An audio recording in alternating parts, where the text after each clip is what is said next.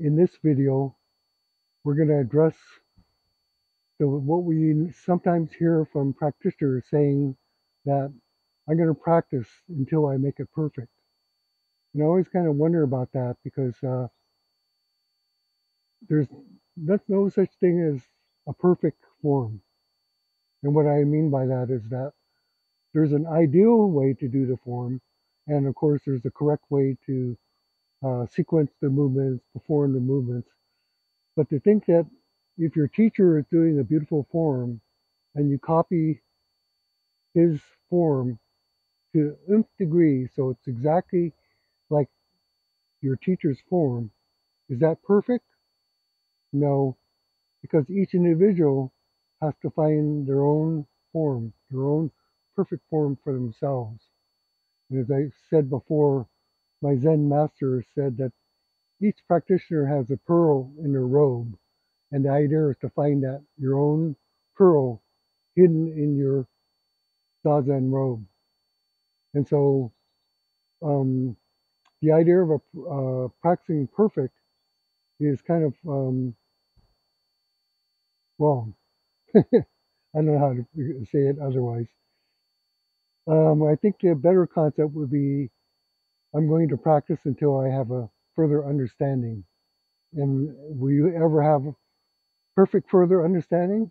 No, I don't think so. I think you can always grow and understand and develop. Um, when you're doing the form, there's really okay. So we'll talk about what is like correct. Okay, so there's different in correct and perfect. So in the last lesson, we are working on this movement, slow palm something flying into raised right hand, and then raise left hand.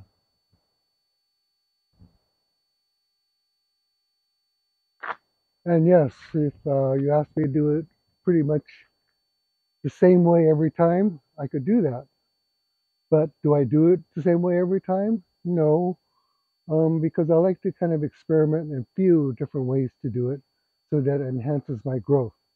And so, for example, in the video where I did the Guanping Tai Chi form on a 4x6 mat, which I've never seen anybody else do before, but I thought I'll push it to the limit and do it so in such a small space that I would have to express my understanding of the movement so well that I could perform the movement. In order to do it in a 4x6 space, of course, I would have to alter much of the stepping and much of the movement in order to accomplish this. And is the form correct as I did it? Of course, it's correct. But of course, I'm modifying some of the footwork.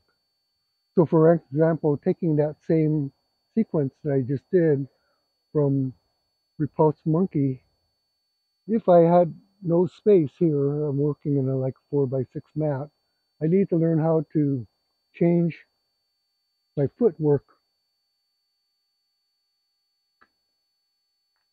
so that I can do the moves within that same space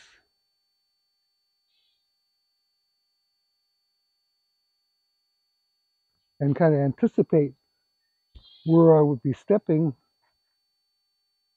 so that as I do the movements, I would be able to fit into whatever space that I am.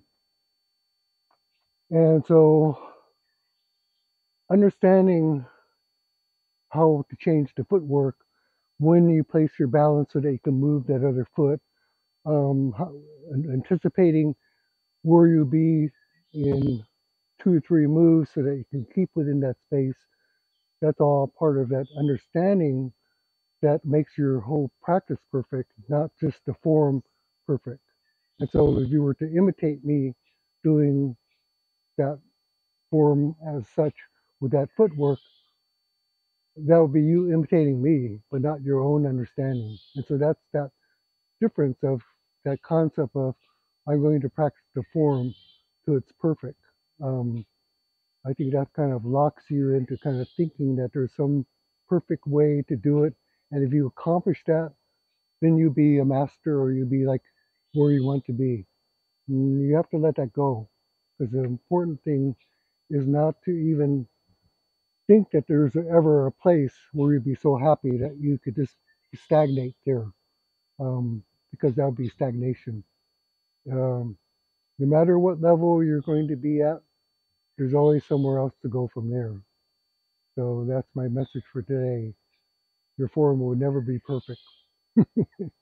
Thank you.